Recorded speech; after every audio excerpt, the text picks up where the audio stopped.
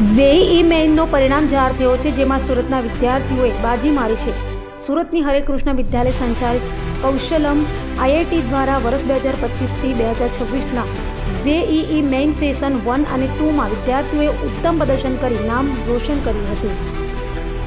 JEE મેઇનનું પરિણામ હાલમાં જ જાહેર કરાયું છે, જેમાં સુરત શહેરની હરેકૃષ્ણ વિદ્યાલયના કૌશલમ આઈઆઈટી વિભાગમાં અભ્યાસ કરતા માત્ર 39 વિદ્યાર્થીઓમાંથી 3 વિદ્યાર્થીઓએ 99થી વધુ પર્સેન્ટાઇલ મેળવીને શાળાનું નામ રોશન કર્યું છે, જેમાં સ્નેહ પાનસુરિયાએ 99.56 PR, મીત મંડાણીએ 99.52 PR અને દિવ્યાંશ ઇદ્ધાપુરે 99.44 PR મેળવી શાનદાર સિદ્ધિ હાંસલ કરી છે. ઉપરાંત 10 વિદ્યાર્થીઓએ 95થી વધુ અને 22 વિદ્યાર્થીઓએ 90થી વધુ પર્સેન્ટાઇલ મેળવી શ્રેષ્ઠ પરિણામ નોંધાવ્યું છે. ઓછી સંખ્યામાં વિદ્યાર્થીઓ હોવા છતાં આ પ્રકારનું પરિણામ પ્રાપ્ત થવું શાળા માટે ગૌરવની બાબત બની છે. આ સફળતા પાછળ વિદ્યાર્થીઓની સતત મહેનત, લગન અને આયોજનબદ્ધ અભ્યાસ મુખ્ય કારણ રહ્યા છે.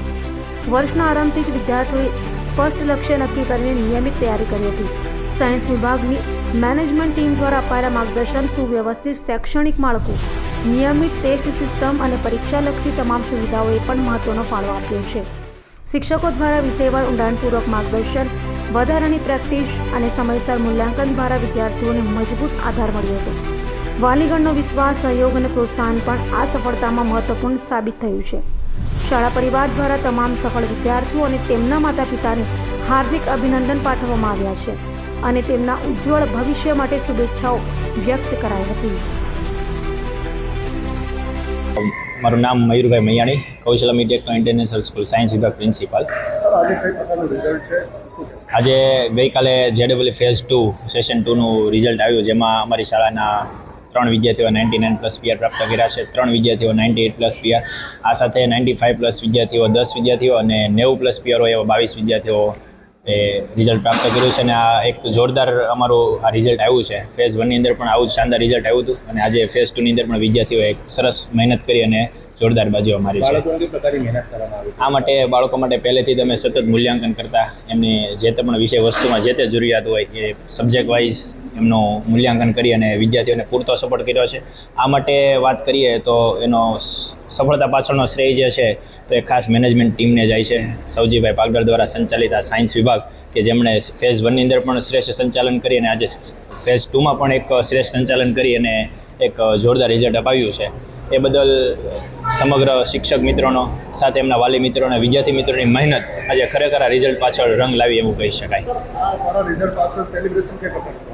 આ સારા રિઝલ્ટ માટે સેલિબ્રેશનની વાત કરીએ તો વિદ્યાર્થીઓને સવારથી જ અહીંયા શાળા પર બોલાવી અને તેમને સાફાઓ ખેસ પહેરાવી અને સાથે ઘોડા ઉપર સવારી કરાવી અને વિદ્યાર્થીઓને ફટાકડાઓની આતશબાજી સાથે જોરદાર અમે આ સેલિબ્રેશન શાળાની અંદર કરેલું.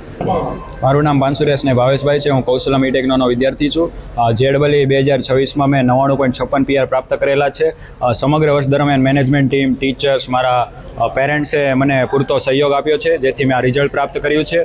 કોઈ પણ ડાઉટ્સ હોય તો ટીચરે જલ્દ એના સોલ્યુશન એ રીતે એનું માર્ગદર્શન, કોન્સેપ્ટ બધું કરાવીને અમને પૂરતું માર્ગદર્શનથી આવું સરસ રિઝલ્ટ પ્રાપ્ત કર્યું છે અને આગળ પણ આવું મેનેજમેન્ટ ટીમનો સહયોગથી રિઝલ્ટ પ્રાપ્ત કરતા રહીશ. મુખ્ય શ્રેય હું પહેલાં તો મારા પોતાને આપીશ, કારણ કે મેં મહેનત કરીને રિઝલ્ટ પ્રાપ્ત કર્યું છે. પછી મેનેજમેન્ટ ટીમ, શિક્ષકો અને મારા પેરેન્ટ્સના સહયોગથી મને આ રિઝલ્ટ પ્રાપ્ત થયું છે. મારું નામ સિદ્ધપુરા દિવ્યેશ રાજેશભાઈ છે. હું કૌશલમ ટેકનોનો સ્ટુડન્ટ છું. મારી મહેનત તથા મેનેજમેન્ટ ટીમનો એટલો બધો જોરદાર સપોર્ટ અને મારા માતા પિતાના સહયોગથી હું આજે 99.43 PR પ્રાપ્ત કર્યા છે મેં જેઈ મેન સેશન 2ના રિઝલ્ટમાં. કેટલી મહેનત કરી આ રિઝલ્ટ પાછળ?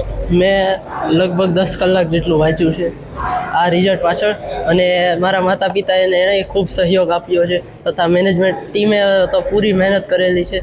જે કાંઈ પણ ડાઉટ હોય તરત એમનો સંપર્ક કરવામાં આવતો અને એ ડાઉટ સોલ્વ કરવામાં આવતો. જે વિદ્યાર્થીઓ પરીક્ષા આપી હોય તેઓને શું તમે ગાઈડન્સ આપો, કઈ પ્રકારે તૈયારીઓ કરી જો તો આ પ્રકારે રિઝલ્ટ મળ્યું? પહેલાં તો જે મારા સિનિયર્સ લોકો છે એ લોકોએ મેનેજમેન્ટ ટીમ જે કે તે ઓલા કોન્સેપ્ટને એવું બધું બુકો કરવી જોઈએ તથા PYQ સોલ્વ કરવા જોઈએ વધારે અને તેમણે કન્સિસ્ટન્સી જાળવવી જોઈએ.